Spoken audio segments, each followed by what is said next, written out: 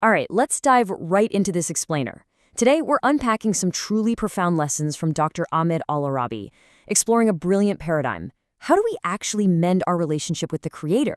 Because, that's the only way to truly feel that sweetness of faith and find absolute peace of heart.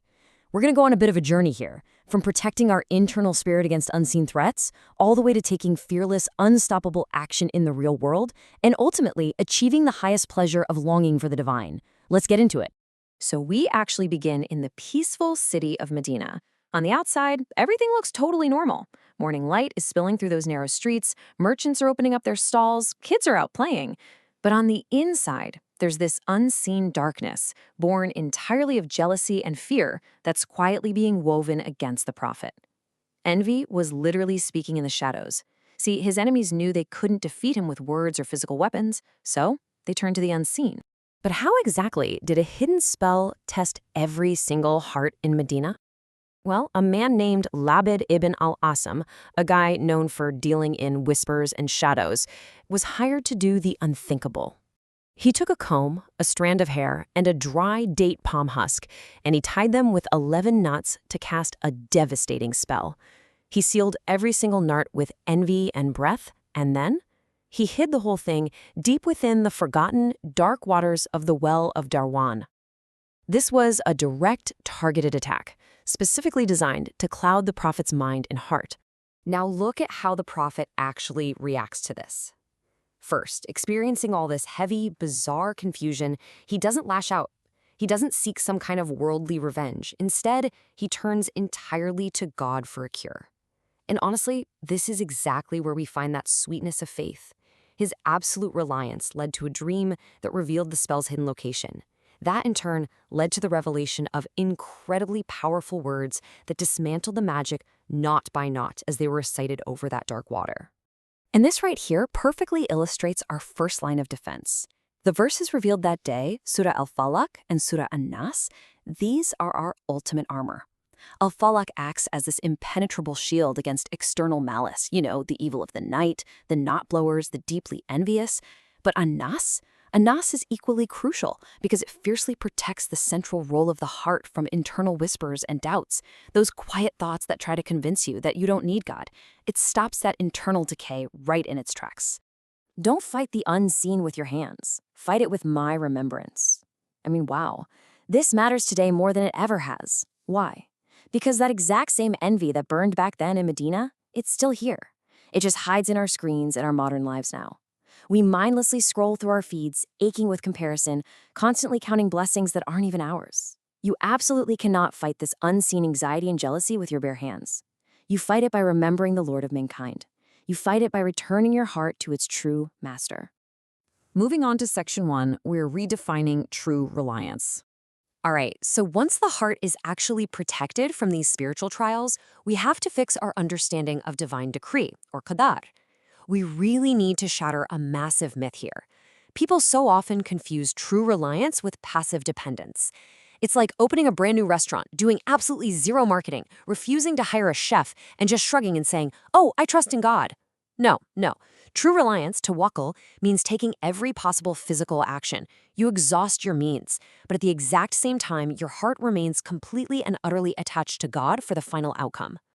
To really kill our anxiety about the future, we have to remember one staggering number: 50,000. God commanded the pen to write all destinies 50,000 years before the creation of the heavens and the earth. Just think about that. Every single breath you take, every bit of provision, every success, and yes, every hardship in your life, it is all already written. What hit you was never, ever meant to miss you, and what missed you was never meant to hit you. The moment you truly internalize this, the devil of anxiety is completely expelled from your heart. Which brings us to a super powerful analogy for our time on Earth: the match whistle. Life is exactly like a high-stakes football match, but there's a wild new rule. The referee can blow the whistle to end the game at any completely unpredictable second. There are no 2-minute warnings, no countdowns. The whistle just blows and boom, the game is over. So our ultimate goal isn't just to score points and accumulate stats while we're playing. Our goal is to be constantly spiritually ready for that match to end. And this completely shifts how we view provision or risk. We almost always narrow risk down to just bank account numbers, right? But look at the bigger picture. Rizq is the actual air you breathe. It's your health. It's the prophets who guided you out of darkness. It's even the very ability to say words like Subhanallah and Alhamdulillah, words of praise that literally plant trees for you in paradise. When you zoom out and expand your horizon, you realize you aren't just surviving. You are absolutely drowning in provision. So, what really is your thought about the Lord of the Worlds? When that familiar fear about tomorrow creeps in, or when the devil tempts you to compromise your faith just for a little extra cash, ask yourself this one simple question. Is the God who flawlessly provides millions of tons of food for billions of creatures every single day suddenly incapable of providing for you? Of course not. Fully trusting him is what brings about that ultimate sweetness of faith. The crucial thing to remember here is that this entire world is merely a testing hall. Your heart is going to be constantly exposed to trials or fitan. The wealthy man, he's tested by the intoxication of his money while sitting in a palace.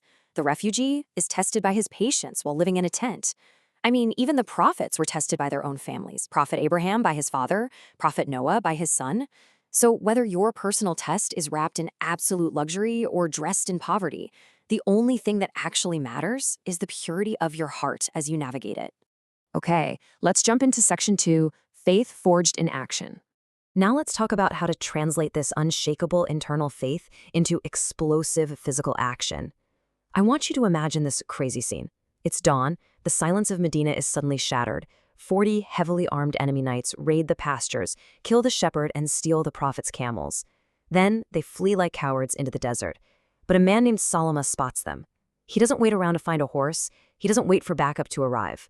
One single man, on foot, decides to hunt down 40 armed knights all by himself.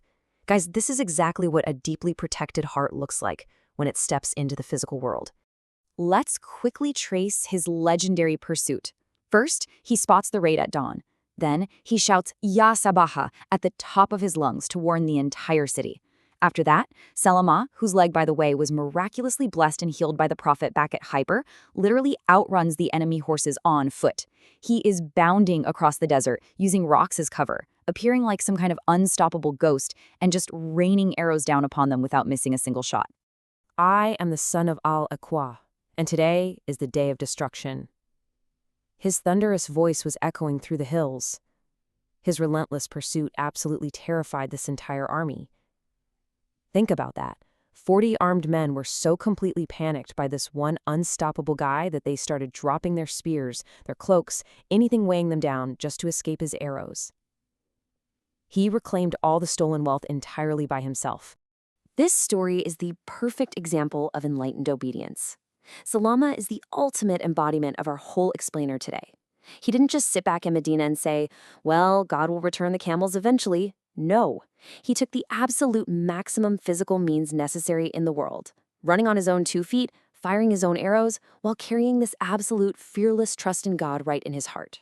So, to achieve this kind of unstoppable power and peace, you have to make yourself your greatest project. The ultimate goal is to protect your soul from the fire. And how do you do that? It requires understanding the massive impact that good deeds versus sins have on your life.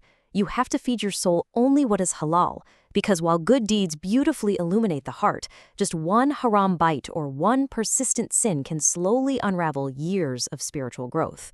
Nourish your soul with knowledge and, honestly, just let Islam organize the chaos of your life. Because ultimately, as a surprisingly cheerful prisoner once told a very gloomy ruler, the world is really only 3 days. Yesterday is gone forever, taking all its pain and joy with it. Tomorrow is completely unpromised. We literally have no idea if we'll even wake up to see it.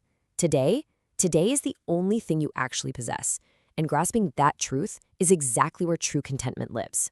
So I'll leave you with this question.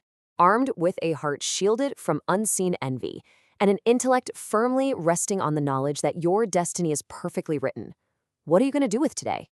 If your destiny is already handled, how will you step out, take massive action, and keep your heart pure right now? Because beyond just earthly success, that is how you achieve the absolute ultimate pleasure, the pleasure of truly longing for Allah.